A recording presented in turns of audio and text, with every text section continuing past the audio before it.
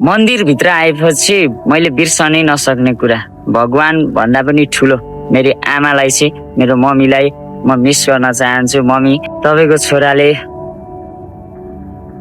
सफलताको लागि अघि बढिरहेछ। धेरै चोटहरू पाइलाहरूमा ठक्करहरू पनि खाइन्छ होइन।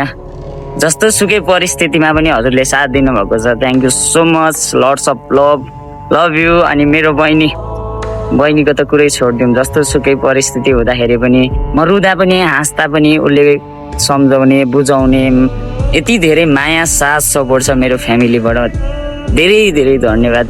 कसरी व्यक्त गरौँ के, कसरी चाहिँ भनौँ त, कसम भनेको यस्तै छ गाइज होइन। Thank you so much. तपाईँहरूको माया साथ सपोर्टले गर्दा म यहाँसम्म छु। अझै पनि म हार मान्दिनँ, तर म हार मान्दिनँ होइन।